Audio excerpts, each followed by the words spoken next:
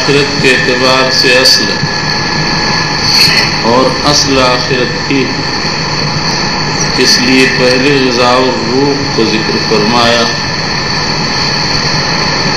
اور بدن دنیا کے اعتبار سے اصل ہے، لیکن دنیا فانی ہے، اس لیے اس کا نمبر 2 ہے۔ اس لیے غذاء البدن کے متعلق جو کچھ بیان تھا اس کو نمبر 2 پر رکھا۔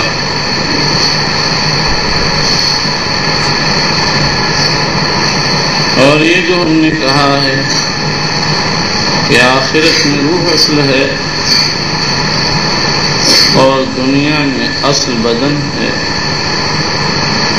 اس کا مطلب یہ ہے کہ بغیر بدن کے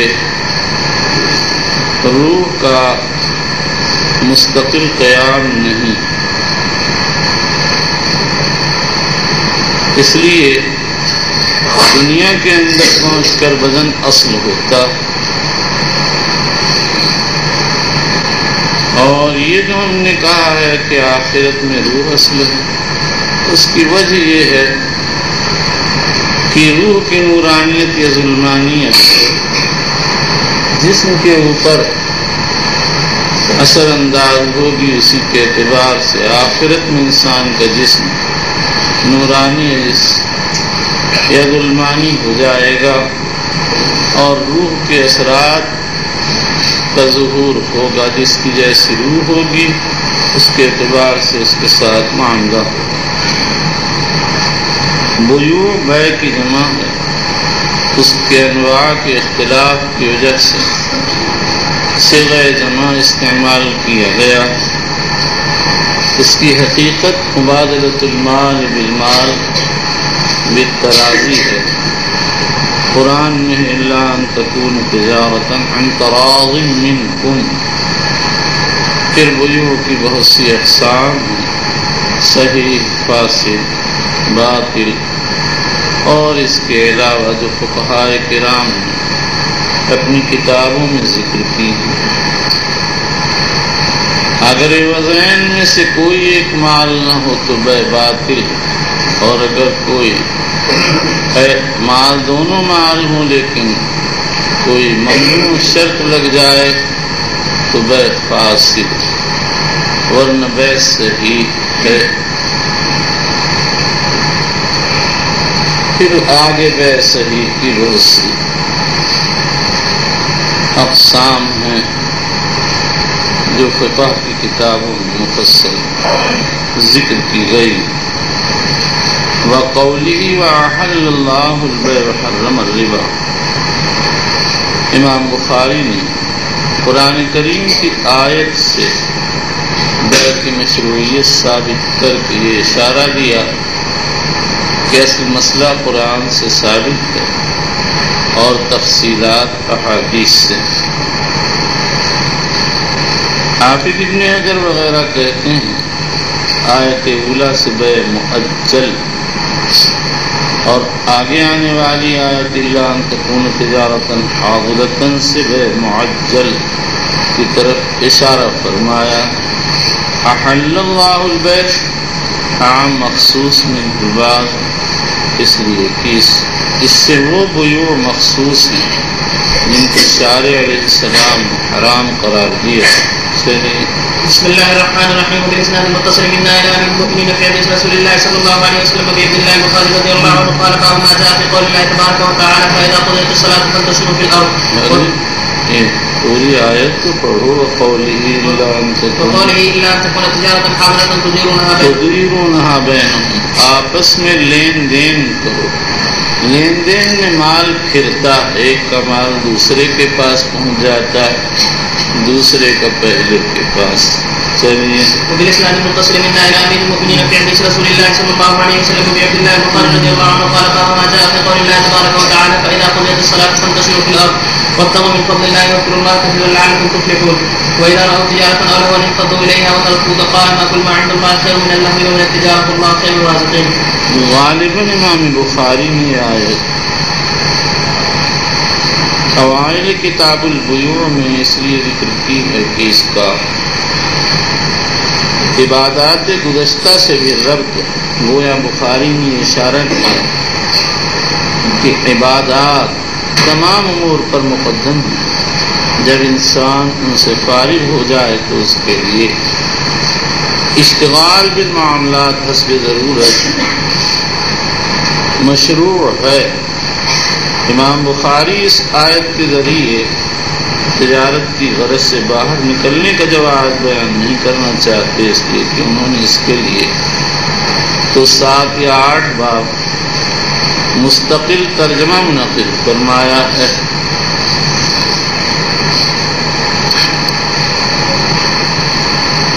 علامہ داؤدی کہتے ہیں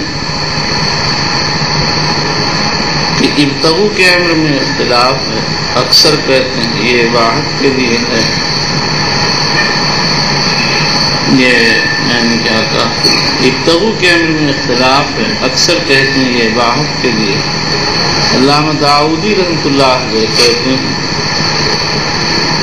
اگر کسی کے پاس کچھ بھی نہ ہو تو اس کے حق میں یہ امر وجوب کے لیے تاکہ سوال سے بچ جائے۔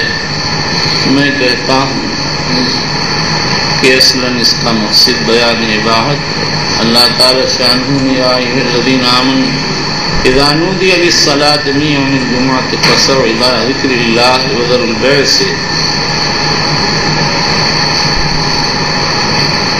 بیع کو ممنوع قرار دے دیا، اور جب نماز پوری ہو گئی تو پھر اجازت دے دی۔ اور داؤدی نے جو بحث کی ہے اس کا آیت سے تعلق نہیں ہے بلکہ وہ دوسرے قرائن و احوال پر مبنی ہے۔ چلیے وبه قال وقال لا تأكلوا أموالكم بينكم بالباطل إلا أن تكون تجارة عن تراض منكم. وبه قال حدثنا أبو اليمان قال أخبرنا شعيب عن الزهري قال أخبرني سعيد بن المسيب وأبو سلمة بن عبد الرحمن أن أبا هريرة رضي الله عنه قال إنكم تقولون إن أبا هريرة يكثر الحديث عن رسول الله صلى الله عليه وسلم وتقولون ما بال المهاجرين والأنصار لا يحدثون عن رسول الله صلى الله عليه وسلم بمثل حديث أبي هريرة. یعنی تم میرے سارے حدیث پر اعتراض کرتے ہو، کیا بات ہے؟ جگہ ابو ہریرہ حدیث پیش کر دیتے ہیں اور دوسرے حضرات کے یہاں یہ بات نہیں پائی جاتی ہے۔ ابو ہریرہ نے اس کی وجہ بیان کی کہ میرے پاس تو کچھ تھا ہی نہیں، میں حضور کی احادیث کی تحصیل میں مشغول رہتا اور انصار و مہاجرین کیا اپنی تجارات میں مشغول ہوتے تھے یا زراعت میں۔ چلیے وإن إخوتي من المهاجرين كان يشغل المصطفى بالأسواق وكنت ألزم رسول الله صلى الله عليه وسلم على ملء بطني فأشهد إذا غابوا وأخذوا إذا نسوا. یشغلهم الصفق بالاسواق، بازار میں بے خرید فروخت کرنا، یہی ترجمے کا مقصود ہے، اس لیے کہ اس سے صحابہ کے فعل سے عہد نبوی میں بیع کا ثبوت، بیع و شراء کا ثبوت ہوتا۔ چلیے وكان يشغل إخوتي من الأنصار عمل أموالهم وكنت يمنع مسكينا من مساكين السقة أعيقين ينسونه. وقد قال رسول الله صلى الله عليه وسلم في حديث يحدثه إنه لن يبسط أحد صوبه حتى أقضي مقالتي هذه ثم يجمع إليه صوبه إلا وعى ما أقول فبسط إلا وعى ما أقول فبسطت نمرة عليها حتى إذا قضى رسول الله صلى الله عليه وسلم مقالته وجمعتها إلى صدري فما نسيت من مقالته رسول الله صلى الله عليه وسلم تلك من شيء. فما نسیت من مقالة رسول اللہ صلی اللہ علیہ وسلم تلک من شیء، اس میں تصریح ہے کہ ابو ہریرہ کو صرف اس مجلس کی بات نہیں ہوئی، اور یہی روایت کتاب العلم میں آ چکی، اس میں ابو ہریرہ رضی اللہ تعالیٰ عنہ کا ارشاد آ چکا ہے فما نسیت من مقالت رسول اللہ صلی اللہ علیہ وسلم شیئا، میں حضور صلی اللہ علیہ وآلہ وسلم کی کوئی بات بھولا ہی نہیں۔ اس کے الفاظ فما نسیت شیئا بعد، بعض علماء تو کہتے ہیں یہ دو واقع ہوں گے، یہ بعید صحیح ہے کہ ایک ہی واقعہ۔ امام طحاوی نے لفظ عام کو اس لفظ خاص کی طرف لوٹایا، لیکن اکثر علماء کتاب العلم کے لفظ عام کو اصل قرار دیتے ہیں اور اس لفظ خاص کی تعویل کرتے ہیں۔ علامہ طیبی کہتے ہیں یہاں مقالہ سے جنس المقالہ مراد ہے، اور علامہ سندھی کہتے ہیں یہ من ابتداء غایت کے لیے مطلب یہ ہے نبی کریم صلی اللہ تعالیٰ علیہ وسلم کی اس وقت کی بات سے لے کر آج تک میں کچھ نہیں بھولا۔ حضرت شیخ رحمۃ اللہ علیہ فرماتے ہیں یہ من اجلیہ ہے، اور مطلب یہ ہے کہ حضور اکرم صلی اللہ علیہ وسلم کے اس کلام کی برکت سے پھر مجھ کو نسیان نہیں ہوا۔ چلیے وبه قال حدثنا عبد العزيز بن عبد الله قال حدثنا ابراهيم بن سعد بن ابي الجدي قال قال عبد الرحمن بن عوف لما قدم المدينه اخر رسول الله صلى الله عليه وسلم بيني وبين سعد بن ربيع۔ موافات کا بیان اپنی جگہ ابواب ہجرت میں آ رہا۔ چلیے قال سعد بن ربيع اني اكثر الانصار مارا فاقسم لي نصف مالي وانظر اي صوتي هويت حویتا میری بیوی دو بیویوں میں سے جس کو پسند کرو۔ چلیے نزل تو لکان، میں اتر جاؤں گا تمہارے لیے اس سے، یعنی اس کو طلاق دے دوں گا تمہارے لیے۔ چلیے فإذا حلت تزوجتها فقال له عبد الرحمن لا حاجة في ذلك هل من سوق فيه تجارة؟ قال سوق وين؟ کیا پڑھے؟ قال سوق کل تو نے آفت کر دی تھی، ضرورت کی بیان کی، اور یہ چیزیں جو ہے ہو چکی ہیں، کوئی کہیں کوئی کہیں، تو سے پڑھانے جاتا ہے، نقاہ نہیں تو اس سے پڑھا جاتا ہے۔ چل بس قال فغدا إلي عبد الرحمن فأتى بأخذ المسلم قال ثم تابع الغدوة تابع الغدو مسلسل آمد رفت رکھی۔ چلیے فما لبث أن جاء عبد الرحمن عليه أصل صفرة اثر و صفرتن، یہاں صفرت سے مراد خلوق ہے، خلوق میں زعفران پڑتا ہے۔ زعفران کا استعمال جمہور علماء کے نزدیک مردوں کے لیے ممنوع ہے، اس لیے اس روایت کی مختلف توضیحات کی گئی ہیں۔ حاصل اس کا یہ ہے، اول تو ظاہر یہ ہے کہ یہ بالکل ابتدا کا قصہ ہے، اس وقت تک تضافر کی ممانعت ہی نہیں ہوئی تھی، اور فرض کرو اگر ہو گئی ہو تو ممکن ہے عبد الرحمن بن عوف کو علم نہ ہو، اور اگر ان کو اس کا علم ہو تو ہو سکتا ہے کہ ان کے ذہن میں یہ بات ہو کہ یہ نہی تنزیہی ہے، یا یہ کہ عروس اس سے مستثنی ہے، واللہ تعالی اعلم۔ اور اگر امام مالک کا مذہب لیا جائے تو کوئی اشکال ہی نہیں، ان کے لیے ان کے نزدیک بدن پر زعفران لگانا ممنوع ہے، کپڑے پر لگائیں تو کوئی حرج نہیں ہے۔ چلیے فقال رسول الله صلى الله عليه وسلم تزوجت؟ قال نعم. قال ومن قال امرأة من الأنصار؟ قال منصبت. چلیے قال زينة نواة من ذهب أو نواة زینت نوات من ذهب، امام شافعی امام بخاری خطابی اکثر علماء فرماتے ہیں نوات ایک وزن ہے، 5 درم پر بولا جاتا ہے، جیسے نش 20 درم پر اور اوقیہ 40 درم پر۔ اور بعد مالکیہ کہتے ہیں کہ نوات سے ربع دینار مراد ہے، اور امام احمد کہتے ہیں 3 دراہم اور ثلث درہم مراد۔ بعض حنفیہ کہتے ہیں کہ 10 دراہم مراد۔ امام محمد رحمۃ اللہ علیہ نے الموطا میں جو کچھ لکھا ہے اس سے وضاحت یہی سمجھ میں آتا ہے۔ چلیے أو نواة الذهب فقال له النبي صلى الله عليه وسلم أولم ولو بشاة اولم ولو بشاة، حضور صلی اللہ علیہ وسلم نے فرمایا ولیمہ کرو۔ ولیمہ امام مالک، امام ابو حنیفہ، امام احمد کے ہیں مستحب ہے، شافعیہ کا صحیح القول ہے، داؤد ظاہری کے حوالے۔ ولو بشاة کے معنی ہے ولو بشیء قلیل کشات، اس لیے کہ عبد الرحمن بن عوف موسر تھے، اور منصر کے حق میں شاۃ قلیل ہے۔ چلیے وبه قال حدثنا احمد بن يونس قال حدثنا زهير قال حدثنا حميد بن انس قال قدم عبد الرحمن بن عوف الى المدينه فاخذ النبي صلى الله عليه وسلم فآخى النبي صلى الله عليه وسلم بينه وبين سعد بن الربيع الأنصاري وكان سعد زاغنا فقال لعبد الرحمن وقاسم كمال الرزقين وهو زوجك قال بارك الله لك في أهلك ومالك في الدنيا من الصدق ما رجع حتى استفزل عقدا وصنما استفزل بچا لیا چلی فأتى به أهل منزله ثم تسمع يسير وما شاء الله فجاء وعليه وضر نشان دھبا چلی فقال له النبي صلى الله عليه وسلم مہیم کیا چیز ہے مہیم ابو عبید القاسم فرماتے ہیں شاید یہ کلمہ یمانیہ ہے اور اس کے معنی ہے ما امرکا یا ما هذا الذي ارى بك. میرا خیال یہ ہے کہ یہ کلمہ مخفف ہے ما هذا یا مرء کا. یہ کیا چیز ہے انسان؟ یہ 4 حروف ہیں، ان کو یہ 4 الفاظ ہر ایک کا پہلا حرف لے کر مہیم بنا لیا گیا. مدتوں کے بعد پھر میں نے دیکھا حافظ ابن قیم رحمۃ اللہ علیہ نے اپنی بات تصانیف غالباً بدائع الفوائد میں یہ بات لکھی. چلیے قال يا رسول الله تزوجت امرأة من الأنصار قال ما صدت إليها قال نواة من ذهب أو وزن نواة من ذهب قال أولم ولو بشاة.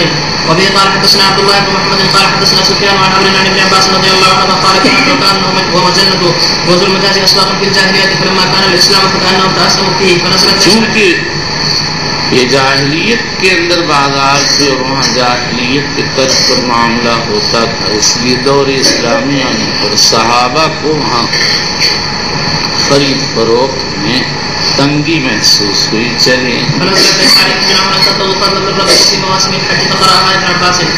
یعنی انہوں نے اسی طرح سے فی مواسم الحج پڑھا قراءت شاذہ. چلیں وبالاسناد المتصل بين امام المؤمنين في حديث رسول الله صلى الله عليه وسلم ابي عبد الله البخاري رضي الله عنه قال باب الحرام بين والحرام بين وبينهما مشتبهات. دونوں حرام الحلال بین والحرام بین وبینہما مشتبہات. امام بخاری نے لفظ حدیث کو اس کے اختصار وضوح کی وجہ سے ترجمہ بنا دیا. حافظ ابن حجر عسقلانی کہتے ہیں کہ اکثر ائمہ حدیث اس حدیث کو کتاب البیوع میں اس لیے لاتے ہیں کہ معاملات میں کثرت سے شبہ واقع ہوتا ہے. میں کہتا ہوں امام بخاری نے باب اول سے بتا دیا کہ بیوع مباح ہے، تو اب اس ترجمۃ الباب سے یہ اشارہ فرما رہے ہیں کہ ساری اشیاء حلال نہیں، لہذا معاملہ کرتے ہوئے نظر رکھنا چاہیے، حلال کو لینا چاہیے اور حرام اور شبہات سے اجتناب کرنا چاہیے. چلیے وبه قال حدثنا محمد بن المثنى قال حدثنا ابن ابي عدي عن ابن عون عن الشعبي قال سمعت النعمان بن بشير قال سمعت النبي صلى الله عليه وسلم وحدثنا علي بن عبد الله قال حدثنا ابن عيينة قال حدثنا ابو فروة عن الشعبي قال سمعت النعمان بن بشير قال سمعت النبي صلى الله عليه وسلم وحدثنا عبد الله بن محمد قال حدثنا ابن عيينة عن ابي فروة قال سمعت الشعبي قال سمعت النعمان عن النبي صلى الله عليه وسلم وحدثنا محمد بن كثير قال اخبرنا سفيان عن ابي فروة عن الشعبي عن النعمان بن بشير قال قال النبي صلى الله عليه وسلم. یہ روایت کتاب ایمان باب فضل من استبرأ لدینہ میں آ چکی اور بقدر ضرورت وہاں بیان. چلیے قال النبي صلى الله عليه وسلم الحلال بین والحرام بین. حلال بین، حلال واضح ہے، حرام واضح. حلال کے واضح ہونے کی صورت یہ ہے کہ کسی نص خاص میں اس کی تصریح ہو یا کسی نص عام غیر معارض کے تحت آتا. حرام بین یہ ہے کہ کسی نص خاص میں حرمت کی تصریح ہو یا کسی نص عام کے تحت داخل. وبینہما امور مشتبہ، اور دونوں کے بیچ میں کچھ مشتبہ امور ہیں. کتاب الایمان میں جب یہ روایت آئی تو وہاں آیا بینہما مشتبہات لا یعلمها کثیر من الناس. حلال و حرام کے مابین کچھ مشتبہ چیزیں ہیں، اس سے بہت سے لوگ ناواقف ہیں. اس کثیر کے لفظ سے معلوم ہوا کہ بعض لوگ واقف ہیں. اور مراد سے راسخین فی العلم، جن کو اللہ نے تعارض ادلہ کے وقت میں دلائل کے تعارض کے دور کرنے کی صلاحیت عطا فرمائی، وہ ناسخ و منسوخ سے اور راجح و مرجوح سے واقف ہوتے ہیں، وجوہ ترجیح کے استعمال کو جانتے ہیں۔ فمن ترک ما شبہ علیہ من الاسم کان لما استبان له اترک۔ من الاسم ما شبہ کا بیان، اور مطلب یہ ہے جس چیز کا اسم ہونا مشتبہ ہو، اگر کوئی اس سے اجتناب کرتا ہے تو جس چیز کا اسم گناہ ہونا واضح ہو اس سے بدرجہ اولا اجتناب کرے گا۔ چلیے، ومن افترى على ما يشك فيه من الاسم او شك ان يواقع ما سبقه، اور جو شخص مشکوکات میں گھستا ہے وہ بعض وقت واضح حرام میں گھس جاتا ہے۔ ابو منصور قباری فرماتے ہیں المکروہ عقبۃ بین الحلال والحرام، مکروہ گھاٹی ہے حلال و حرام کے مابین، جب آدمی اس گھاٹی پر چڑھتا تو آگے حرام کی گھاٹی میں اتر جاتا، اور الحلال عقبۃ بین الانسان والمکروہ، اور قاعدہ ہے جب کوئی آدمی مباحات کا اکثار کرتا تو مکروہات میں جا پڑتا ہے۔ اسی لیے انسان کو یہ چاہیے کہ ہر مباح چیز کے تناول کا قصد نہ کرے اور مکروہ سے ڈرتا اور بچتا رہے۔ چلیے، والمعاصي من الله من يركع حولك ما يوشك ان يواقع، اوشک ان یواقع مستبان، قریب ہے کہ وہ پڑ جائے واضح گناہ میں۔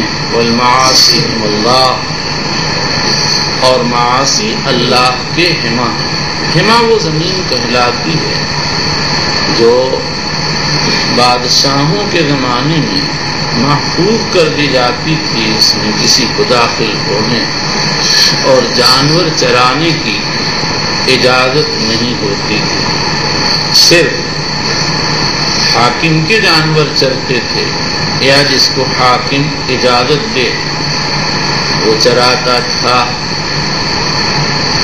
جیسے اس حما میں کسی کو جانے کی اجازت نہیں، ایسے ہی معاصی اللہ کے حما ہیں، کسی کو اس کے قریب جانے کی اجازت نہیں ہے۔ چلیے، وبالاسناد المتصل من من یرتع حول الحما یوشک ان یواقع، جو شخص حما کے اطراف میں جانور چراتا ہے وہ حما میں جا پڑتا ہے۔ یہی حال معاصی کا ہے، جب آدمی معاصی کے قریب جاتا ہے تو ایک وقت ایسا بھی آتا ہے کہ معصیت میں جا پڑتا ہے۔ چلیے، وبالاسناد المتصل من الى امير المؤمنين في حديث رسول الله صلى الله عليه وسلم وفي حديث الانصاري رضي الله عنه قال باب تفسير المشبهات، المشبہات،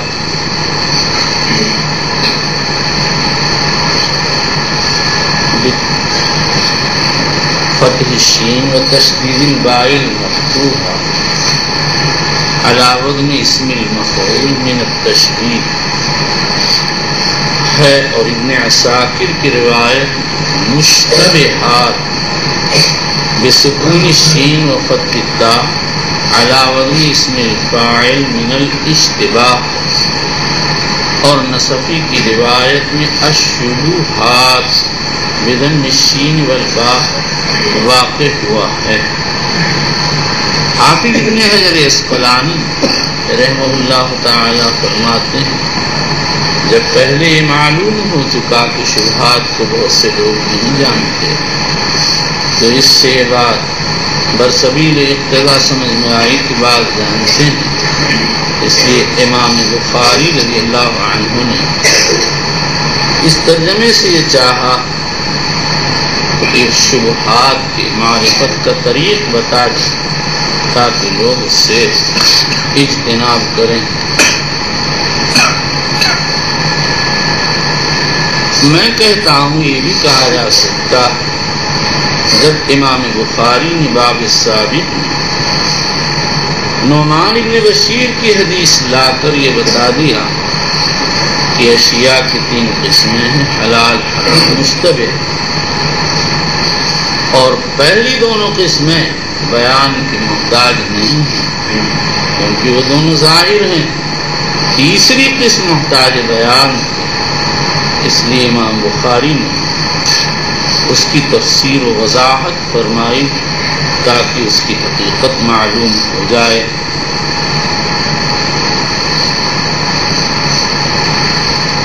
اور اس کا حکم نعمان کی حدیث سے قسمین اولین کی طرف سے معلوم ہو چکا، یعنی اس سے اجتناب کرنا چاہیے۔ مشتبہ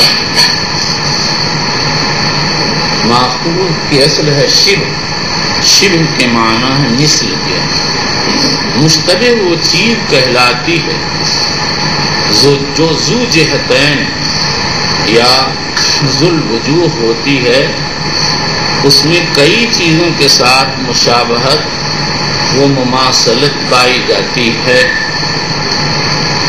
بعض وجوہ سے وہ دلائل مبیحہ کے تحت آتی ہے اور بعض وجوہ سے دلائل محرمہ کے تحت۔ یہ متعین کرنا کہ کس کے تحت فی الواقع داخل ہے مجتہد کا کام، جو اشیاء کے درجات، دلائل کی قوت اور ان کے دلالت کے انواع اور اس کے درجات سے واقف ہوتا ہے۔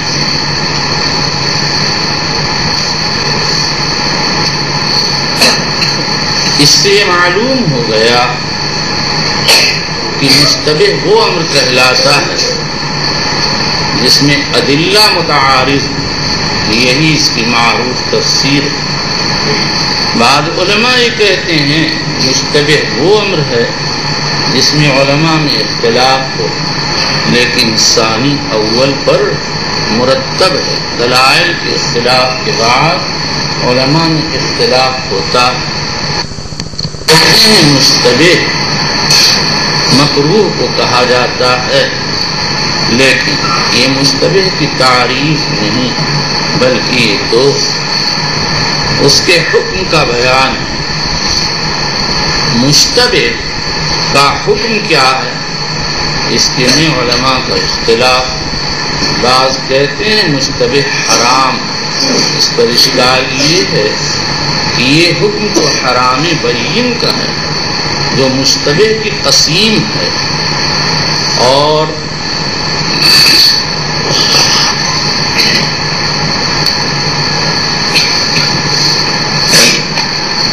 بعضوں نے کہا ہے کہ مشتبہ خلاف مکروہ ہے۔ ہمارا خیال یہ ہے کہ جن لوگوں نے مشتبہ کو حرام کہا ہے ان کی مراد یہی مکروہ ہے، یعنی وہ امر جو راجح الترک ہے۔ اور بعض علماء کہتے ہیں مشتبہ کا حکم یہ ہے کہ وہ خلاف اولا۔ قاضی عیاض رحمۃ اللہ علیہ کے کلام سے یہ بات نکلتی ہے۔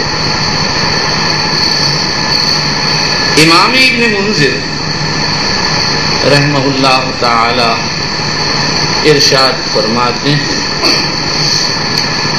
کہ شبہات کی 3 قسمیں ہیں۔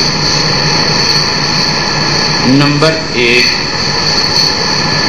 کسی چیز کے بارے میں یہ معلوم ہو کہ یہ حرام ہے، اس کے بعد اس کے حلت میں شک ہو جائے تو ایسی صورت میں محض شک کی وجہ سے حرمت زائل نہ ہوگی۔ مثلا شکار کی اصل حرمت ہے، بغیر زکوٰۃ کے اس کا کھانا جائز نہیں۔ اب اگر زکوٰۃ میں شک ہو جائے تو شک کی وجہ سے وہ حلال نہیں ہوگا۔ دیکھو حضرت نبی اکرم صلی اللہ تعالی علیہ وسلم عدی بن حاتم سے فرمایا اذا ارسلت کلبک فخالطته کلاب لم تسمع علیہا فلا تاکل فإنک لا تدری ایھا قتل۔ اگر تمہارے کتے کے ساتھ دوسرے کتے بھی شریک ہو جائیں جس پر تم نے تسمیہ نہیں پڑھا تو اب اس شکار کو نہ کھاؤ، تم کو کیا معلوم کہ کس کتے نے اس کو قتل کیا ہے۔ دیکھیے شکار حرام، شکاری کے کتے کی شمولیت کی وجہ سے اس میں شبہ حلت پیدا ہو گیا۔ اگر ایسی کلاب نے قتل کیا جس پر تسمیہ نہیں پڑھا گیا تو حرام، اور اگر ایسی کلب نے قتل کیا جس کو شکاری نے تسمیہ پڑھ کر چھوڑا تو اس کا کھانا حلال ہے، اور یہاں معلوم نہیں کہ کس نے قتل کیا، اس لیے اس کی علت مشتبہ ہو گئی، تو اس علت مشکوکہ کے ذریعے پہلی حرمت متیقنہ زائل نہ ہوگی۔ اور دوسری شکل یہ ہے کہ کوئی چیز حلال ہو اور پھر انسان کو اس کی حرمت میں شک ہو جائے تو محض شک سے حرام ہوگی۔ مثلا کسی کی بیوی ہے، اس کو اس کے طلاق میں شک ہو گیا، یا کوئی غلام ہے اس کے اعتاق میں شک ہو گیا، تو محض شک سے نہ طلاق واقع ہوگی اور نہ عتق واقع ہوگا۔ اور اس کی دلیل یہ ہے کہ جب حضور صلی اللہ علیہ وسلم سے ایک شخص نے یہ شکایت کی کہ یا رسول اللہ اس کو نماز میں کچھ محسوس ہوتا، تو آپ نے فرمایا لا ينصرف حتی يسمع صوتا او یجد ریحا، جب تک آواز نہ سنے یا بو نہ مسموع ہو تو نماز ختم نہ کرے۔ یہ شخص جب نماز میں داخل ہوا تو اس کو وضو کا یقین، اور اب اس وضو کے اندر شک پیدا ہو گیا، تو اس شک کی وجہ سے یقین ثابت ظاہر نہ ہوگا۔ تیسری صورت یہ ہے کہ کسی چیز کے بارے میں ابتدائی سے شک ہو جائے، معلوم ہی نہ ہو کہ حلال ہے کہ حرام، تو ایسی صورت میں اعلیٰ و افضل یہ ہے کہ انسان اس چیز سے اس وقت تک اجتناب کرے جب تک اباحت کا یقین نہ ہو جائے۔ اور اس کی دلیل یہ ہے کہ حضرت نبی اکرم صلی اللہ علیہ وسلم نے پڑی ہوئی کھجور دیکھی، فرمایا اگر مجھے خوف نہ ہوتا کہ یہ صدقہ ہوگا تو میں اس کو کھا لیتا۔ اب یہاں کوئی متعین صورت نہیں ہے کہ یہ صدقہ نہیں، اور یہ بھی کوئی متعین صورت نہیں کہ یہ صدقہ ہے، تو معاملہ شک کے اندر پڑ گیا۔ چلیے وبه قال وقال حسان بن ابي سنان ما رايت شيئا اهون من الورع دعما يريبك۔ حسان بن ابی سنان سے ورع کی حقیقت پوچھی گئی، فرمانے لگے مجھے ورع سے زیادہ کوئی آسان چیز نظر ہی نہیں آئی، دعما یریبک الی ما لا یریبک، جس چیز میں تم کو تردد ہے اس کو چھوڑ کر ایسی چیز کی طرف چل پڑو جس میں شک و تردد نہ ہو۔ میں نے حضرت اقدس شاہ وصی اللہ صاحب رحمۃ اللہ علیہ کے متعلق سنا، فرمایا مجھ کو مجاہدہ نہیں کرنا پڑا، جب کسی چیز کے متعلق معلوم ہوا کہ یہ نگاہ شریعت میں ناپسندیدہ ہے فوراً نہیں چھوڑا۔ یہ بہت بڑی بات ہے اور یہ بہت بڑا مقام۔ بعض علماء فرماتے ہیں حسان نے یہ اپنے مرتبہ و مقام کے اعتبار سے کہا ہے، ورنہ بہت سے لوگوں کے لیے مشکوک چیز کو چھوڑنا مشکل ہو جاتا ہے۔ یا کے فتحہ کے ساتھ ہے رابہ اذا اوقعہ فی الشک، بابی فعال سے بھی جائز ہے۔ یہ ایک حدیث کا مضمون ہے جو ترمذی وغیرہ میں وارد ہوئی ہے۔ وبه قال حدثنا محمد بن كثير قال اخبرنا سفيان قال اخبرنا عبد الله بن عبد الرحمن بن ابي حسين قال حدثنا عبد الله بن ابي مليكه عن عقبه بن الحارث ان المراه السوداء جاءت فسالت انها ارضعت فذكر النبي صلى الله عليه وسلم فاعرض عنه وتبسم النبي صلى الله عليه وسلم وقال كيف وقد قيل وكان تحته ابنه ابي هذا التميمي. دیکھیے یہاں اس عورت کے بارے میں دو جانب پیدا ہو گئے. ایک عورت نے آ کر کہہ دیا یہ تو نکاح کرنے والے کی رضائی بہن ہے, یہ چاہتا ہے کہ اس سے نکاح حرام, لیکن اگر ایسا ہوتا تو عرب کے قاعدے کے تحت اس کی شہرت ہوتی. عرب میں جو کوئی عورت دودھ پلاتی تھی وہ اس کی تشہیر کرتی تھی, دودھ پینے والے بچے کی طرف سے اس کے گھر والوں کی طرف سے اس کا اعزاز و اکرام ہوتا تھا. اور کہیں بھی عقبہ کی بیوی کے متعلق کوئی تذکرہ نہیں تھا. اس سے معلوم ہوتا کہ وہ عورت ان رضائی بہن نہیں اور ان کا نکاح اس سے حلال. معلوم و مشتبہ وہ چیز ہے جس میں تعارض ادلہ, بعض قرائن علت کو چاہتے ہیں, بعض حرمت کو. چلیے. وبه قال حدثنا يحيى بن قلعة قال حدثنا مالك عن ابن شهاب عن عروة بن الزبير عن عائشة رضي الله عنها قالت كان عتبة بن ابي وقاص عند اخي سعد بن ابي وقاص ان ابن وليدة سمعت مني فاخبزه. قالت فلما كان عام الفتح اخذه سعد بن ابي وقاص وقال ابن اخي قد عاد الي فيه وقام عبد بن سمعة فقال اخي وابن وليدة ابي ولد على فراشي فتساوقا الى النبي صلى الله تعالى عليه وسلم. يعني فذهب كلاهما سائقين كل واحد منهما الآخر إلى النبي صلى الله تعالى عليه وسلم. فقال سعد يا رسول الله ابن اخي كان قد عهد الي فيه. فقال عبد بن سمعة اخي وابن وليدة ابي ولد على فراشي ولد على فراشي. فقال النبي صلى الله عليه وسلم هو لك يا عبد بن سمعة. ثم قال النبي صلى الله عليه وسلم الولد للفراش والعاهد يحفظه. ثم قال لسدة بنت سمعة زوج النبي صلى الله عليه وسلم احتجبي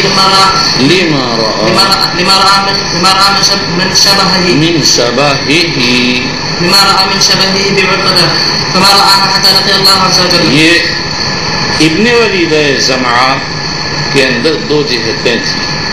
اگر یہ دیکھا جائے کہ زمعہ کے فراش پر پیدا ہوا پھر تو یہ زمعہ کا لڑکا ہے اور سودا سے اس کا کوئی پردہ نہیں.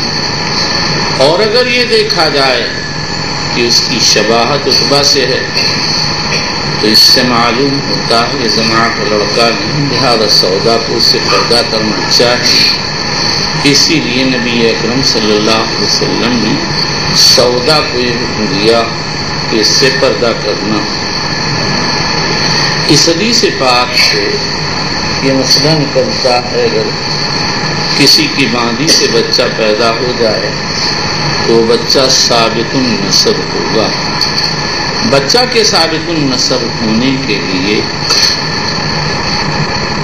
ائمہ ثلاثہ اور جمہور علماء کے نزدیک اقرار وطی کافی ہے. امام ابو حنیفہ کہتے ہیں اقرار الولد شرط.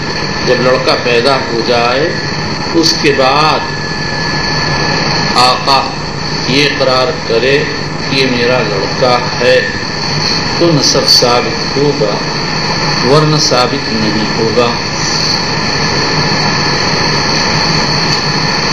جمہور علماء نے اس حصے سے اپنے دعویٰ پر استدلال کیا ہے.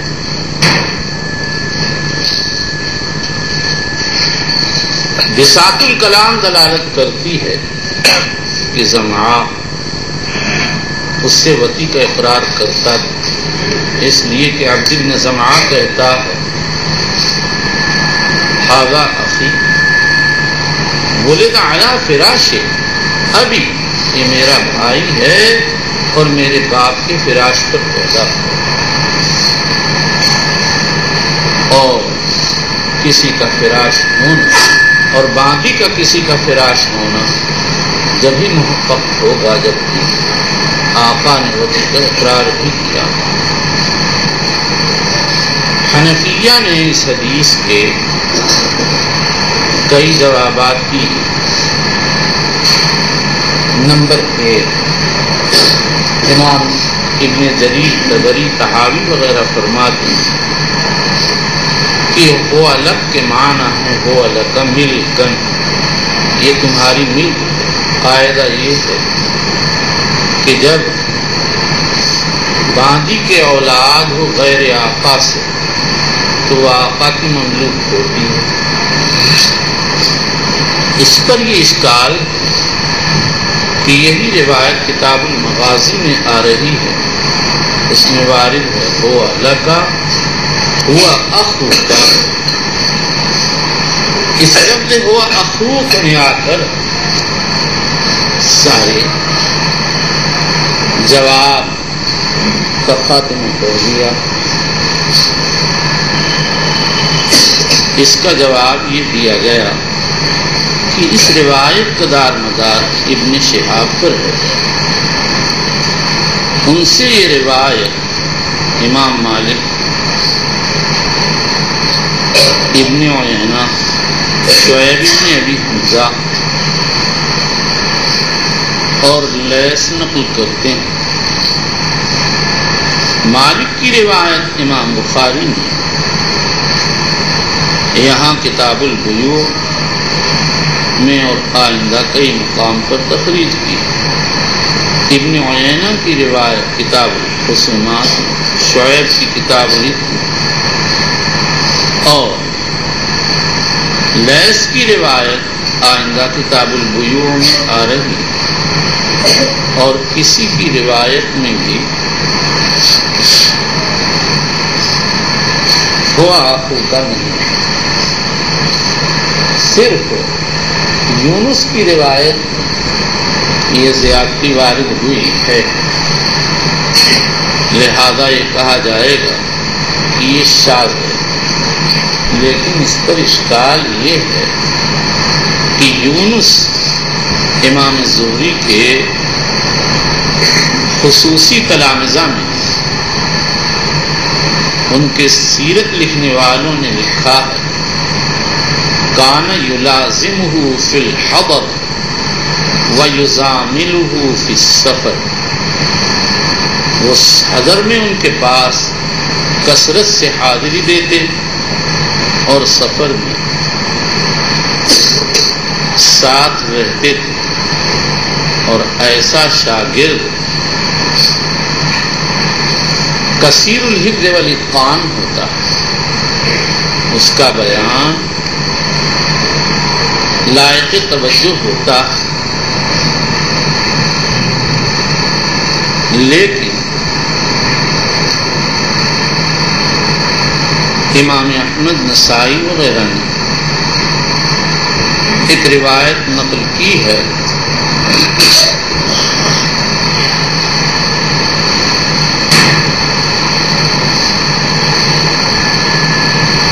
اس میں وارد ہے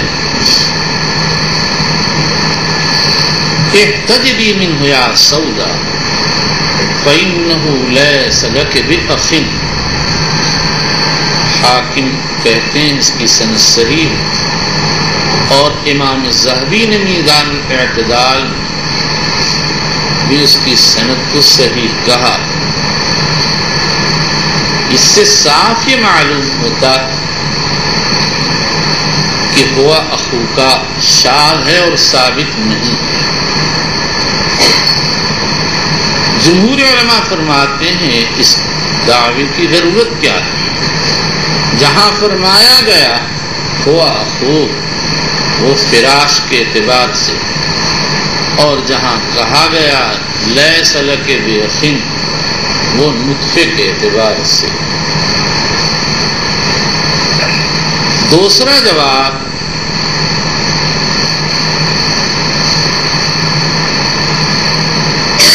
علامہ ابن حمام نے دیا. وہ فرماتے ہیں ہو سکتا اس لڑکے سے پہلے کوئی اور لڑکا جس کا زمعہ نے اقرار کیا ہو، اس کے بعد اس لڑکے کے نسب کے ثبوت کے لیے اقرار کی ضرورت نہیں ہے۔ اور اس کا قرینہ یہ ہے کہ حدیث میں ہے ابن ولیدۃ زمعہ، اور ولیدہ کہتے ہیں صاحبۃ الولد۔ اس پر اشکال یہ ہے کہ یہ لفظ تو چھوٹے بچوں کے لیے استعمال ہوتا ہے، اسی لیے حدیث میں ہے الولید فی الجنہ والوعید فی الجنہ۔ اصل میں یہ چھوٹے بچے بچیاں جنگوں میں پکڑے جاتے تھے، ان کو عرب ولید و ولیدہ کہتے تھے، اور مولود مولودہ کے معنی میں استعمال کرتے تھے۔ نمبر 3، تیسرا جواب یہ دیا گیا کہ یہ لڑکا ثابت النسب ہو ہی نہیں سکتا، کیونکہ یہ باندی بغایا صاحبۃ الرایات میں سے تھی، جیسا کہ خطابی نے لکھا۔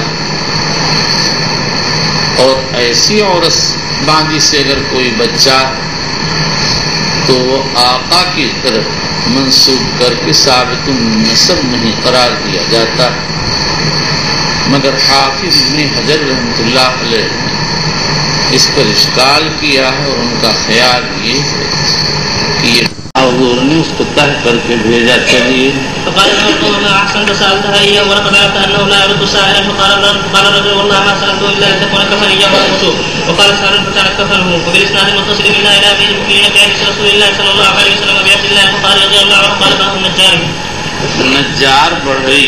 چلیے وبه قال حدثنا قتيبة بن سعيد قال مہنی کے نسخے میں النجار واقع ہوا، اسی طرح ابو نعیم کی روایت، لیکن متن کا نسخہ ارجا ہے، اس لیے کہ باقی تراجم کے مناسب۔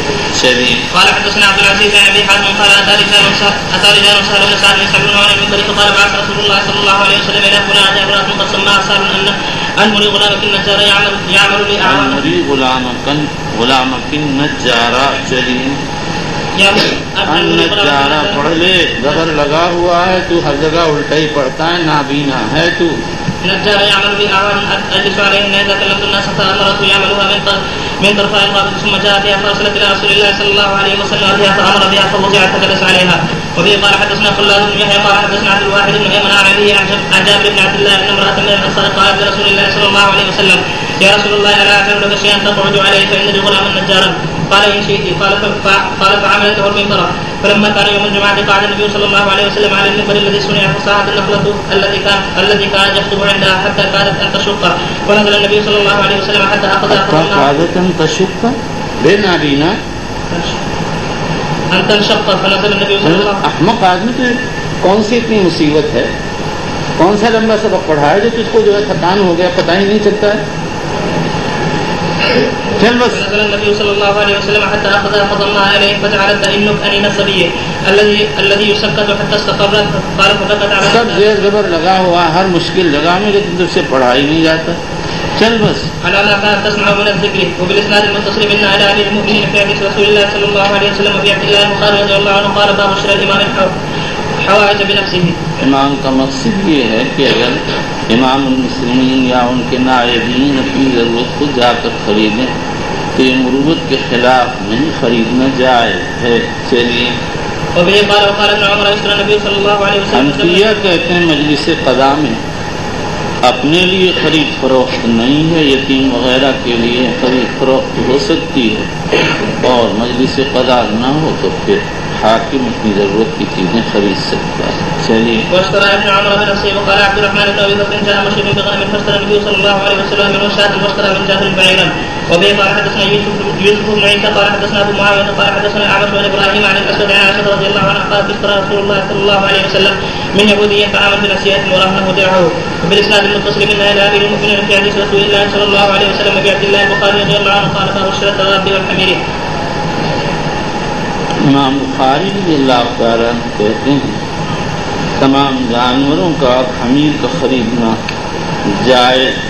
مصنف رحمہ اللہ نے ترجمے میں حمیر کی تصریح کی اور حدیث میں اس کی تصریح نہیں، یہ تصریح بھی دو دانستہ کی ہے، اس بات کی طرف اشارہ کرنا مقصود ہے کی دوا خریدنے میں کسی خاص کی کوئی تخصیص نہیں، ہر نوع کو خرید سکتے ہیں حتیٰ کہ حمیر کو بھی۔ چلیے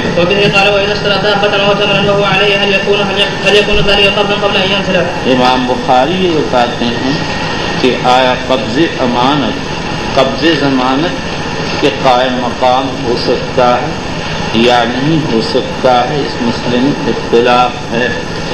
حنفیہ فرماتے ہیں، اور یہ حنابلہ کا ایک قول کہ ہاں قبض ضمان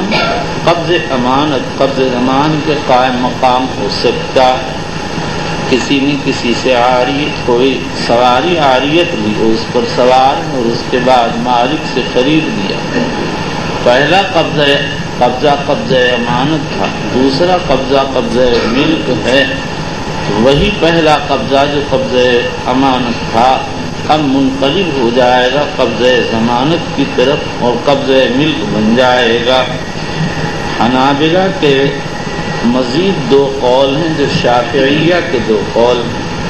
ایک قول تو یہ ہے کہ بائع کی طرف سے قبض کا اذن شرط ہے، اور دوسرا قول یہ اتنا وقت گزرنا شرط ہے جس میں قبض جدید ممکن ہو۔ اس کے بعد یہ سمجھو کہ قبضے کی حقیقت کیا ہے۔ امام بخاری رضی اللہ تعالیٰ عنہ نے اس کو آئندہ بیان کیا ہے۔ المختصر یہ ہے کہ امام شافعی و احمد کے ہاں جیسی چیز ہوگی ویسا قبضہ ہوگا۔ اگر متناول بالید ہے جیسے روپے تو ہاتھ میں لے لینا، اور اگر متناول بالید نہیں ہے تو اس کو ایک جگہ سے دوسری جگہ نقل کر لینا، اور اگر منقول نہیں ہے تو پھر اس کا تخلیہ۔ اور حنفیہ مالکیہ کہتے ہیں مطلقاً تخلیہ کا قبضہ ہے، اور جو تخلیہ قبضہ کہلاتا ہے وہ یہ ہے کہ مالک اس چیز سے اپنے علائق ملک کو اٹھا لے، اگر مشتری اس پر قبضہ کرنا چاہے وہاں پر کوئی مانع موجود نہ ہو اور اس شے کا عادتاً قبضہ ممکن بھی ہو۔ چلیے وبه قال وقال ابن عمر قال النبي صلى الله عليه وسلم لعمر بعينه يعني ثمنا صعبا بہت ہی غبی بیعنی ہے، بعينه يعني ثمنا جیسے موت آتی ہے تجھے تو ایک حرف میں اتنا صحیح لکھا ہوا ہے، ہر نقطہ اپنی صحیح جگہ لگا ہوا ہے تو اسے پڑھا نہیں جاتا، چل بس۔ وبه قال حدثنا محمد بن بشار قال حدثنا عبد الوهاب قال حدثنا عبد الله يروى بن كيسان عن جابر بن عبد الله قال كنت مع النبي صلى الله عليه وسلم في غزاة فأبطأ في جمله كنت مع النبي صلى الله عليه وسلم في غزاة۔ واقدی ابن سعد ابن حبان وغیرہ کہتے ہیں یہ غزوہ ذات الرقاع ہے۔ ابن اسحاق کی روایت میں جابر کی حدیث میں اس کی تصریح وارد ہوئی ہے۔ چلیے یہ ہے کہ اونٹ چلنے سے عاجز ہو جائے۔ چلیے انت جابر، چلیے میرا اونٹ دیر کر رہا ہے اور چلنے سے عاجز ہو گیا۔ چلیے فنظر یحجنہ بمحجنہ،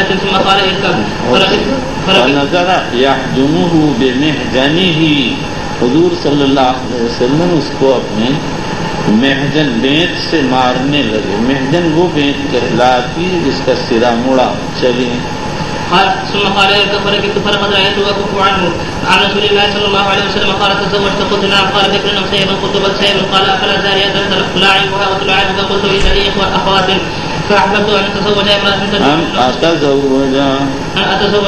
تجمعهن وترشدهن تقوم عليهن.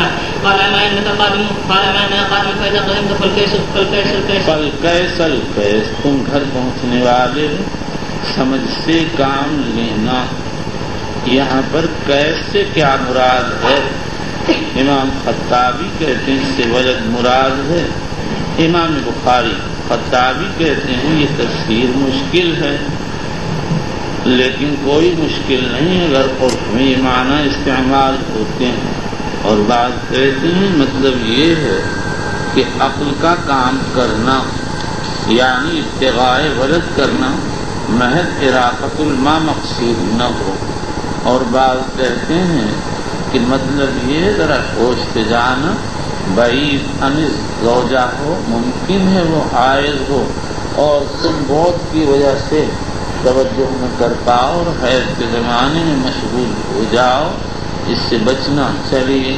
یہ معنی بعید ہیں، بس پہلے دونوں معنی صحیح ہیں، دونوں میں کچھ بعد نہیں ہے، تقارب ہے۔ چلیے ثم قال النبي وجمع فقلت نعم فاشتراه مني بوقية ثم قدم رسول الله صلى الله عليه وسلم قبلي وقدمت بالغداة فجئنا الى المسجد فوجدت على حضور مجھ سے پہلے آئے، میں صبح کو آیا، مراد مسجد نبوی ہے، ورنہ حضرت جابر نے اپنے گھر پہنچ سویرے جانے کی حضور صلی اللہ علیہ وسلم سے اجازت لے لی تھی، جیسا کہ اس روایت کی طرق میں تصریح وارد ہوئی ہے۔ چلیے قال الان قدمت قلت نعم قال فذاك قال الان قدمت، جب وہ مسجد میں پہنچے تو فرمایا اب تم آئے۔ چلیے قال قد عجب لك وادخل فصلي ركعتين فدخلت فصليت وركعت بلال ان يسمعني الوقية فوهن لي بلال فارجح لي في الميزان فانطلقت حتى وليت فقال ادع لي جابرا قلت الان يرد علي الجمل ولم يكن شيئا ابغض الي ولم شيء ابغض الي منه۔ اس سے معلوم ہوا حضرت جابر رضی اللہ تعالیٰ عنہ اس جمل کی واپسی کو پسند نہیں کرتے تھے، اور آئندہ روایت میں آ رہا ہے کہ حضرت جابر رضی اللہ تعالیٰ عنہ نے جب اونٹ بیچا تو شرما کر بیچا کیونکہ ایک اونٹ تھا۔ اس کا جواب یہ کہ مسئلہ ذو جہتین ہے، ایک ہونے کی وجہ سے جمل محبوب تھا لیکن اس میں اعیاء کی صفت ہو گئی تھی، اس لیے مقبوض تھا، اور ان کو یہ خیال تھا کہ آپ کی برکت سے وہ یہ اعیاء زائل ہو گیا، لیکن ہو سکتا ہے اس کی عمر کے اعتبار سے پھر عود کرائے، اس لیے اس کو پسند بھی نہیں کرتے تھے۔ چلیے فرمایا خود جملک ولک ثمنہ، اپنا اونٹ بھی لو اور تمہاری قیمت بھی واپس ہے۔ جس وقت یہ لوٹے اور ایک یہودی کو قصہ معلوم ہوا تو وہ بار بار یہی پوچھتا تھا، آتا کل جمل ورد الثمن۔ حضرت جابر رضی اللہ عنہ بار بار کہتے ہاں ہاں، یہود حب مال میں بہت آگے بڑھے ہوئے ہیں، اس لیے ان کی سمجھ میں بات بھی نہیں آتی کہ کوئی چیز بھی دے دے گا اور قیمت بھی واپس کر دے گا۔ چلیے وبالاسناد المتصل من امير المؤمنين في حديث رسول الله صلى الله عليه وسلم في عبد الله البخاري رضي الله عنه قال باب الاسواق التي كانت في الجاهليه فتبايع بها الناس في الاسلام۔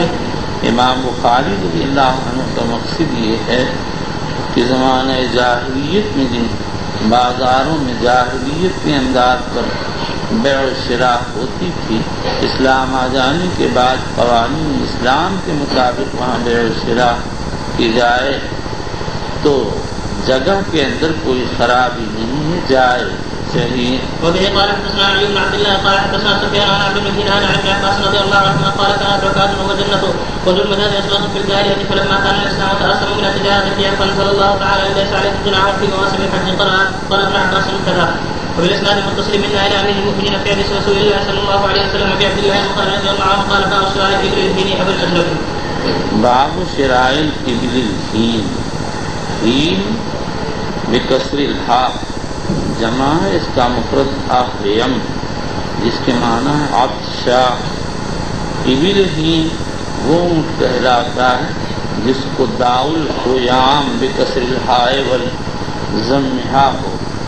خیام ایک بیماری ہے جو اونٹوں کو ایسا پانی پینے سے جس پر کائی کثرت سے چڑھ گئی ہو پیدا ہو جاتی ہے، اور ان کو بخار کی سی کیفیت لگ جاتی ہے، اور پھر وہ سورج کی طرف منہ کیے گھومتے رہتے ہیں، اور ان کے پیشاب اور ان کی مینگنی میں خمیر کی بو آتی ہے۔ عربوں کا خیال یہ تھا کہ یہ مرض متعدی ہے، جب کوئی جانور اس اونٹ کی جگہ پر بیٹھ جاتا ہے تو اس کو بھی یہ بیماری لگ جاتی ہے۔ اجرب خارشتی اونٹ،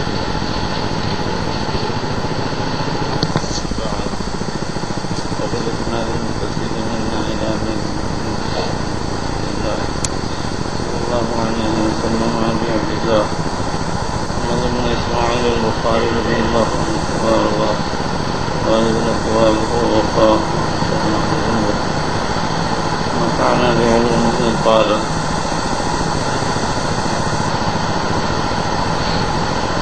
باب شرائع بالدين أو الأجرب اور اشتیاں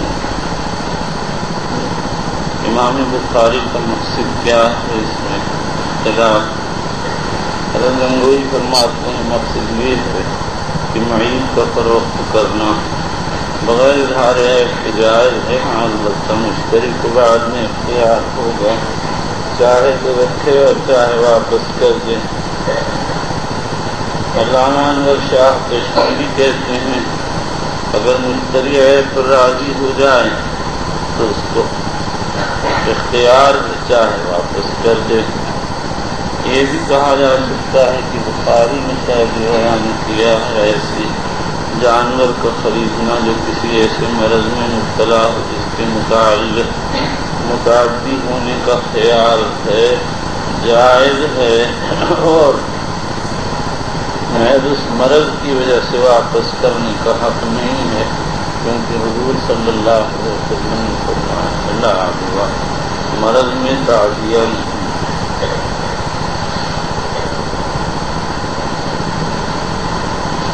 بسم الله الرحمن الرحيم وبالإسناد المتصل من نهي أمير المؤمنين في حديث رسول الله صلى الله عليه وسلم بعبد الله البخاري رضي الله عنه قال الحائن مخالف للقصد في كل شيء. الحائن المخالف للقصد في كل شيء.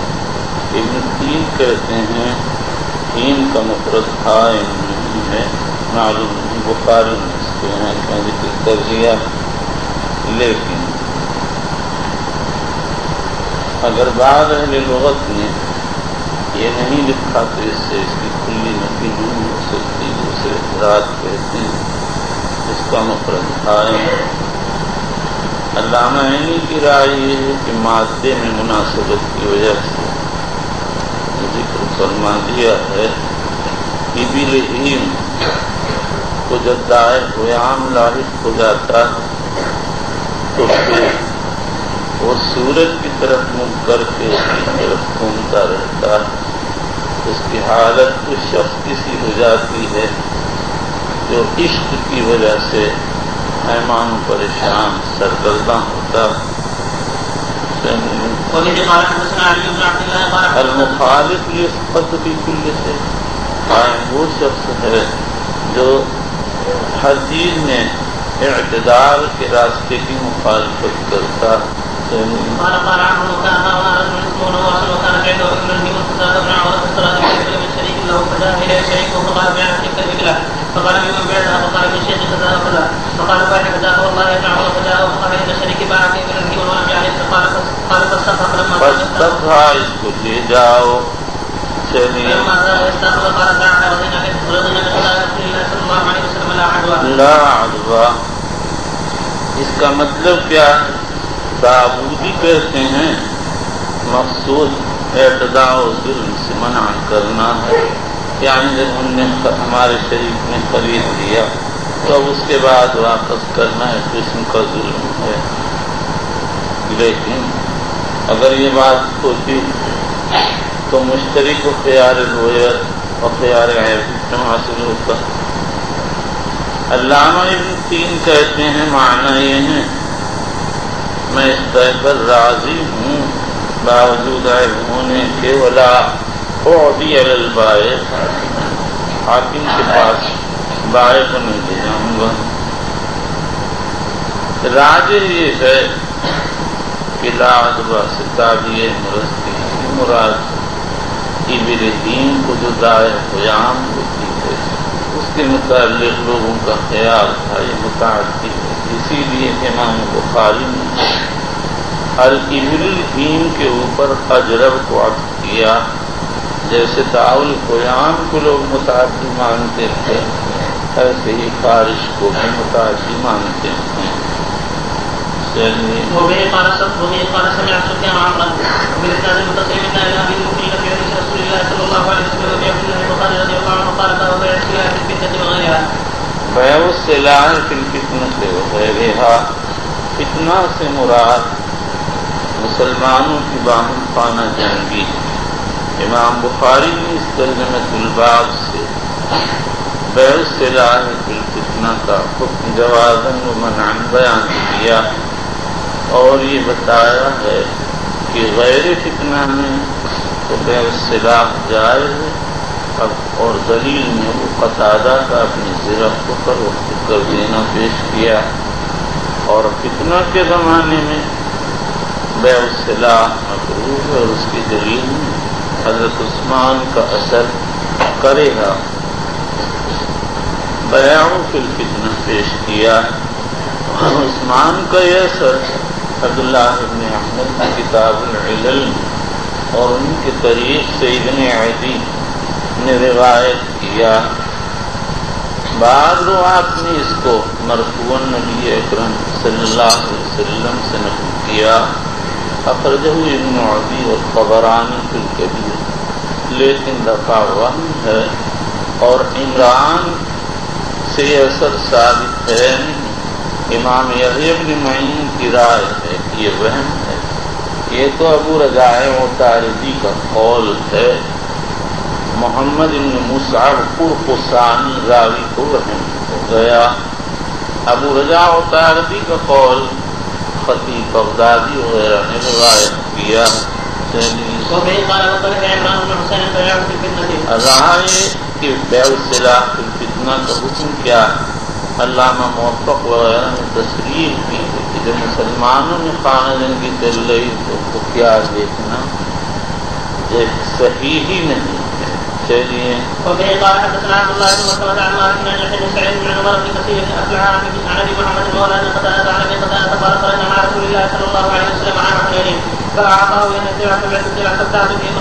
مخرط باغ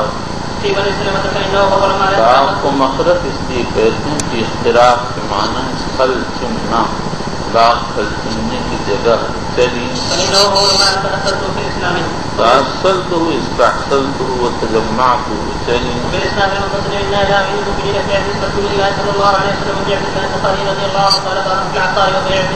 مقصد یہ ہے کہ صنعت عطاری جائے اور مصنف نے اس کو اس طرح ثابت کیا کہ حضور صلی اللہ علیہ وسلم نے مشک کی مدح فرمائی ہے اور مشک نہایت اعلیٰ درجے کا عطر ہے. بلکہ مسلم کی ایک روایت صاف وارد ہے اطیب الطیب المسک. اور جب ایک نوع عطر کی فروختگی ثابت ہو گئی تو باقی انواع کی بھی ثابت ہو گئی ہے. اور عطور کے بیچنے کا نام عطاری ہے. مشک کے بارے میں تھوڑا سا اختلاف تھا، سنگیت وغیرہ سے ذرا منظور تھی، لیکن ابھی امام سب اس کے جواز اور باقی پر مستقل.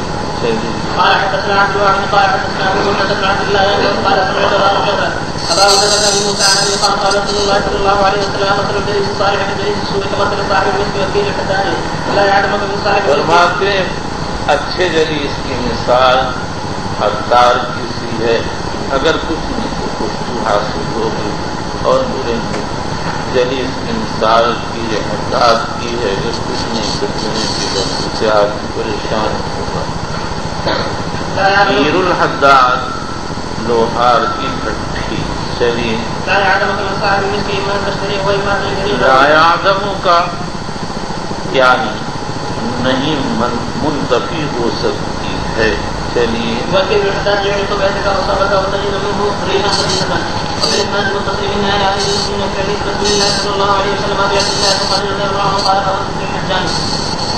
باب ذکر الحجام. حجام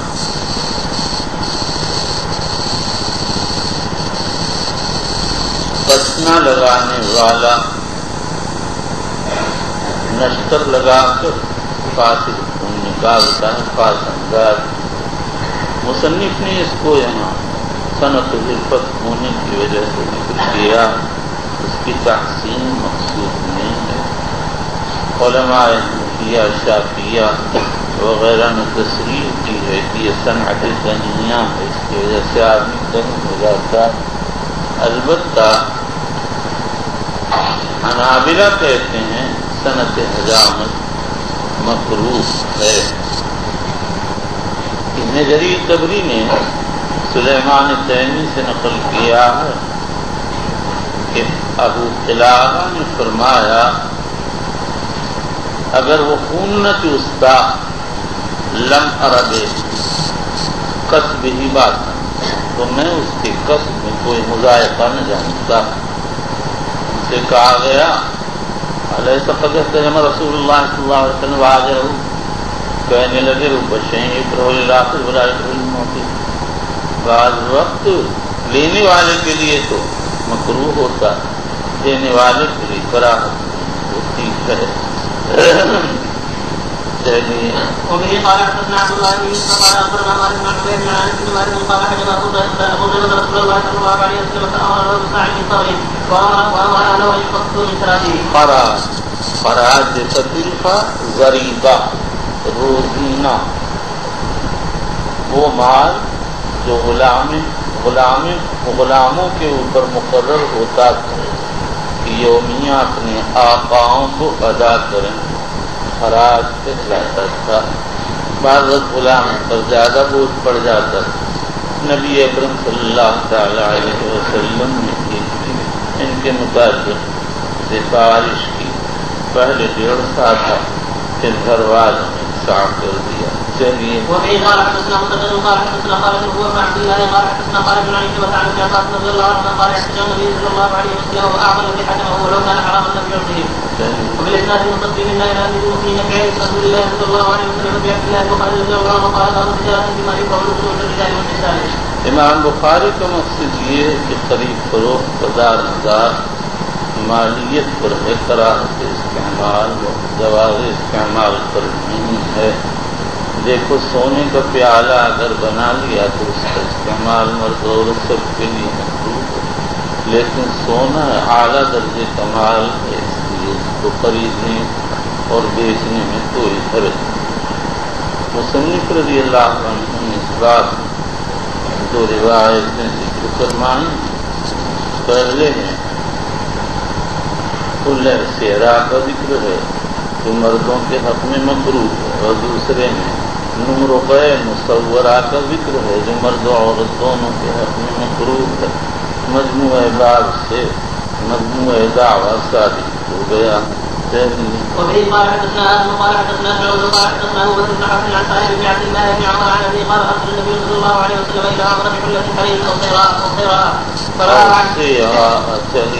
سیرا معافی سیور الحریر، سیرا وہ کپڑا جس کے اندر ریشم کے خطوط ڈورے ہوں، یعنی جیسے خانے بناتے ہیں تو بعض وقت رنگین سوت سے بنا دیتے ہیں، بعض وقت رنگین سوت کی جگہ ریشم کے سوت ڈال دیتے ہیں۔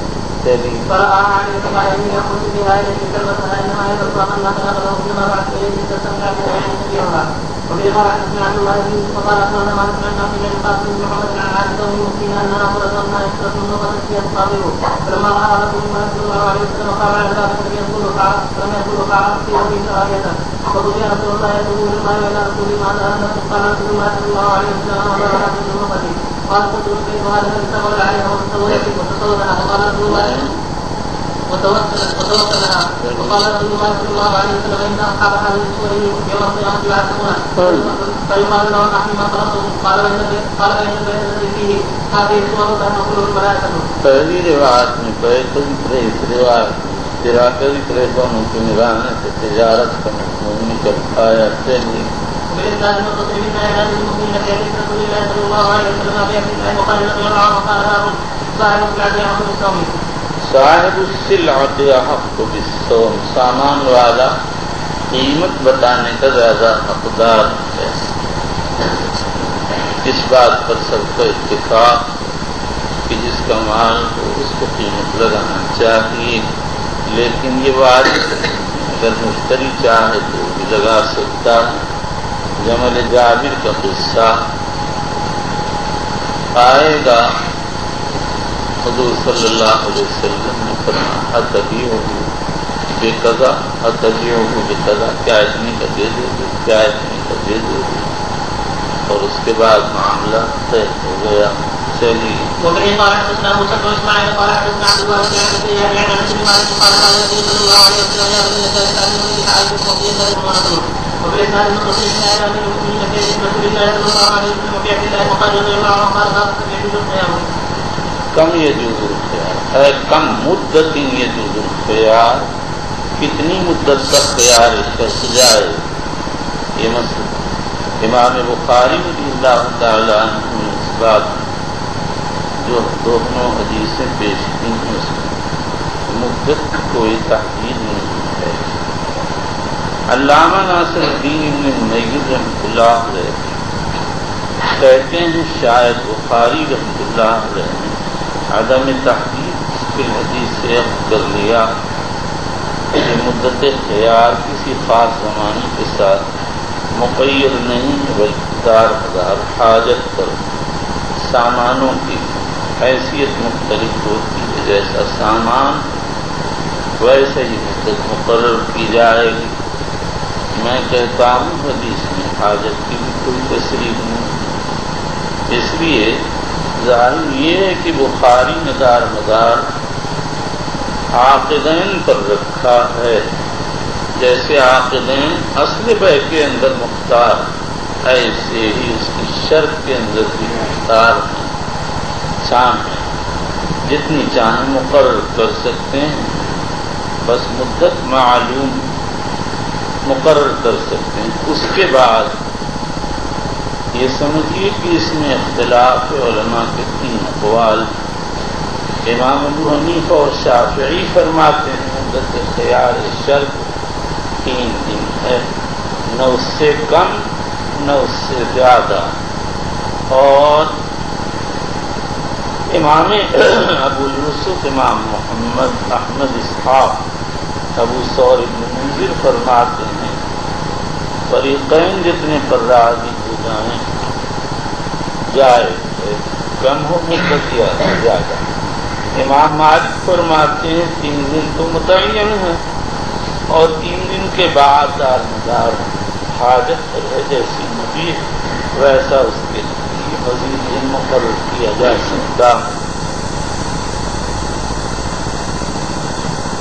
امام دارقطنی و بیہقی نے ایک روایت نقل کی ہے.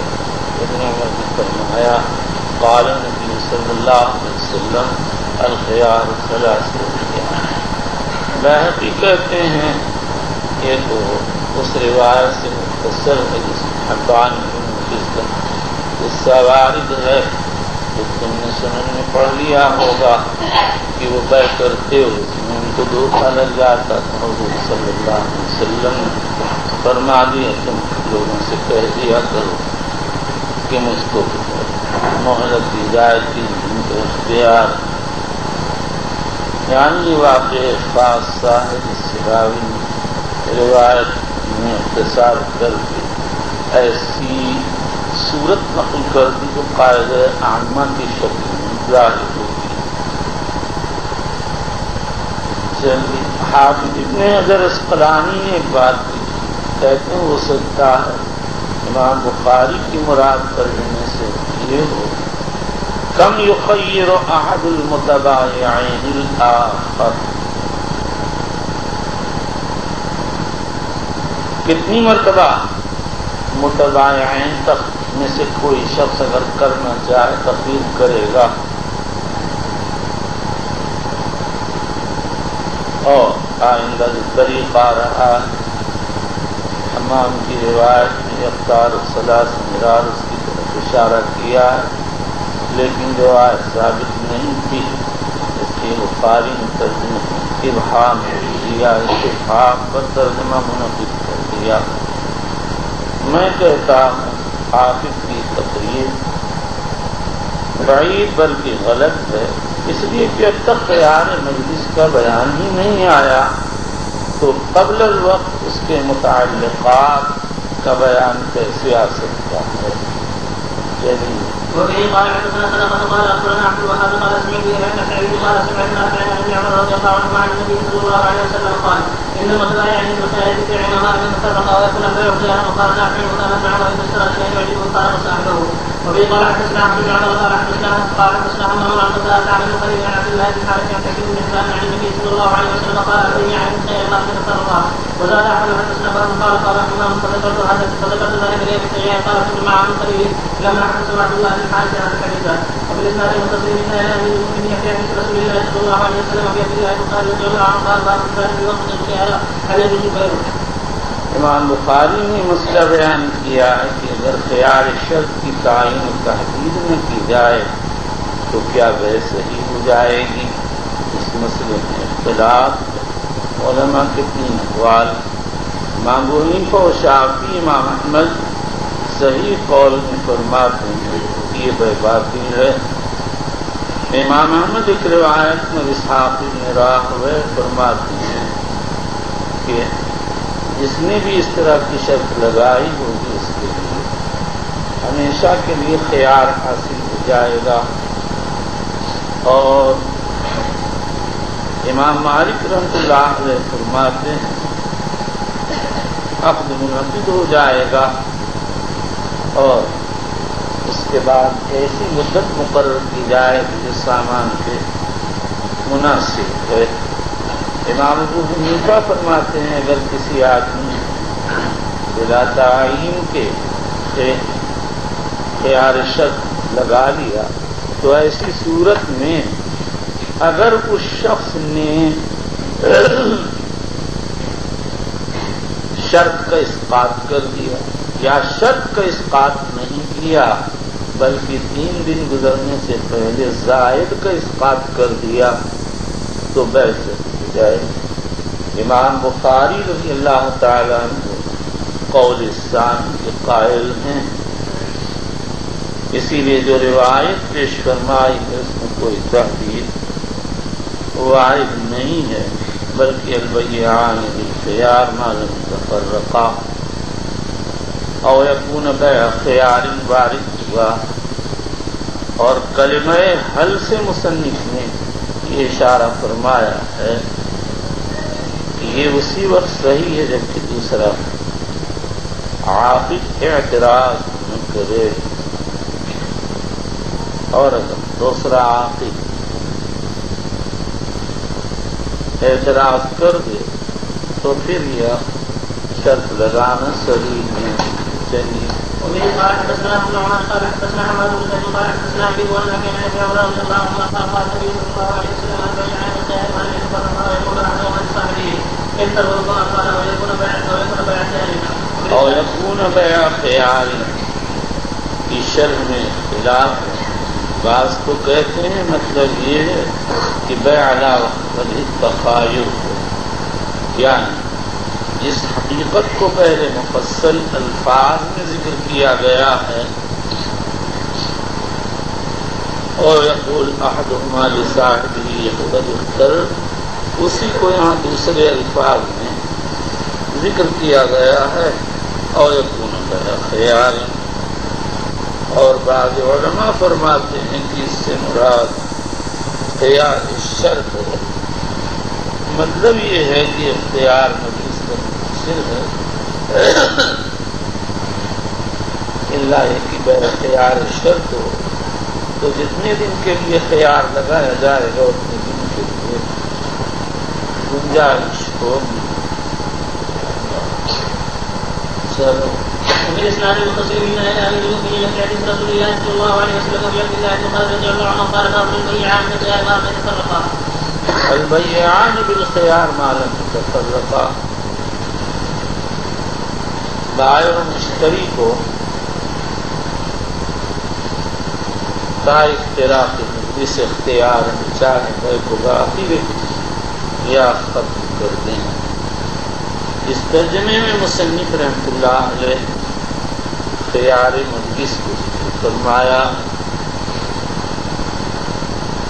جب متعاقبین معاملہ کر لیتے ہیں ایجاب قبول ہو جاتا ہے تو اس کے بعد مجلس کے اختتام سے پہلے کیا متعاقبین کو عقد کے فسخ کر دینے کا حق ہوگا. یہ مسئلہ مختلف فیہا ہے.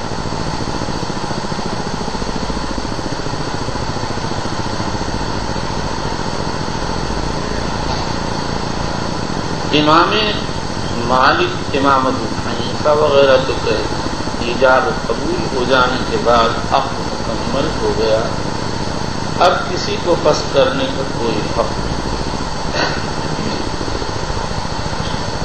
اور امام شافعی، امام احمد بن حنبل، اسحاق بن راہویہ، بخاری، داؤد ظاہری، جمہور علماء ارشاد فرماتے ہیں کہ متعاقدین میں سے جو چاہے مجلس سے پہلے مجلس کے ختم ہونے سے پہلے فسخ کر دے،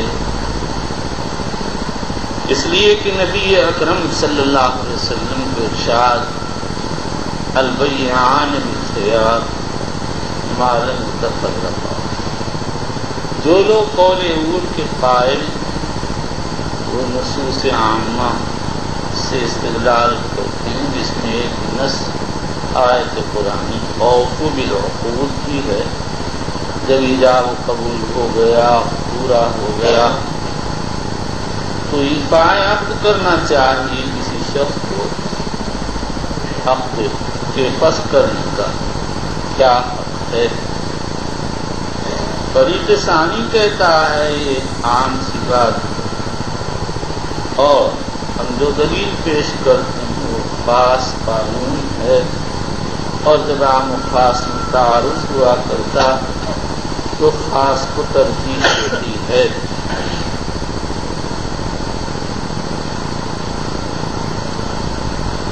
فریق اول اس کے 3 جوابات دیتے ہیں۔ نمبر 1، اشہب ابن عبد العزیز فرماتے ہیں حدیث البیعان بالخیار منسوخ ہے اور اس کے لیے ناسخ المسلمین علی شروطہم ہے، مطلب یہ ہے کہ جب ایجاب کرنے والے نے ایجاب کر لیا اور قبول کرنے والے نے قبول کر لیا تو متعاقدین ہو گئے کہ شرط مکمل ہو گئی، اب کسی کو توڑنے کا حق نہیں۔ لیکن نسخ کے لیے تاریخ ضروری ہے، یہاں کوئی تاریخ نہیں۔ مزید یہ ہے کہ جس کا ارشاد ہے المومنون علی شروطہم، اسی کا ارشاد البیعان بالخیار، تو دونوں میں ٹکر دینے کی کیا ضرورت ہے؟ نمبر 2، دوسرا جواب یہ ہے کہ حدیث البیعان بالخیار مجمل ہے، اس پر عمل ممکن ہی نہیں۔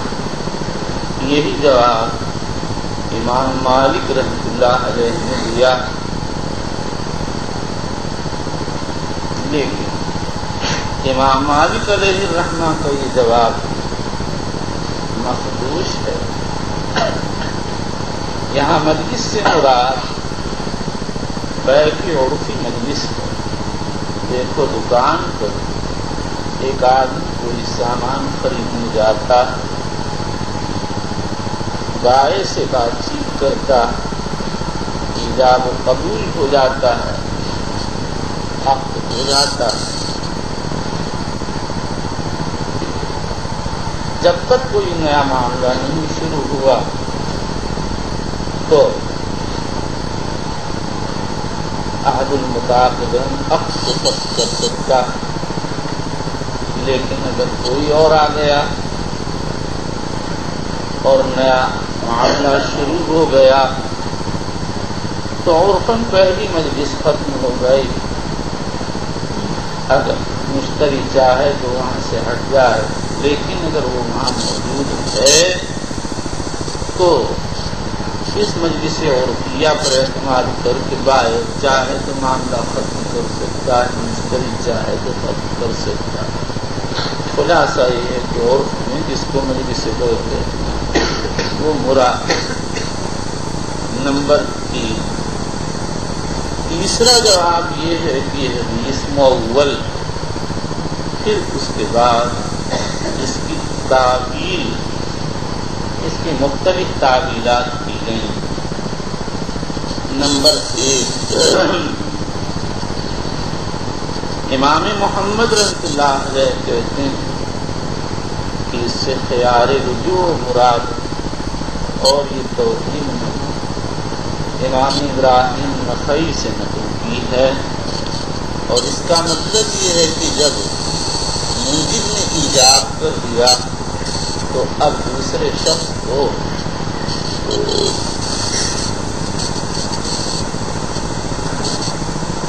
قبول کرنے کا اختیار ہے۔ موجب اگر یہ چاہتا ہے کہ اپنی ایجاب سے رجوع کر لے تو دوسرے شخص کے قبول کرنے سے پہلے رجوع کر سکتا، اور اگر اس نے رجوع کر لیا، قبول کر لیا، تو پھر اب موجب کو اپنی ایجاب سے رجوع کرنے کا کوئی حق نہیں۔ اور یہاں حدیث میں تفرق اقوال یعنی ایجاب و قبول کا تفرق مراد ہے۔ اس پر یہ سوال ہے کہ حدیث تو متباعین کو اختیار دے رہی ہے، اور آپ کے جواب پر صرف موجب کو اختیار مل رہا۔ نمبر 2، صاحب ہدایہ کہتے ہیں کہ ہم متباعین مراد اور خیار سے خیار القبول مراد، اور تفرق سے تفرق اقوال، اور مطلب یہ ہے کہ اگر بائع نے ایجاب کر دیا تو مشتری کو قبول کا حق تفرق اقوال تک ہے۔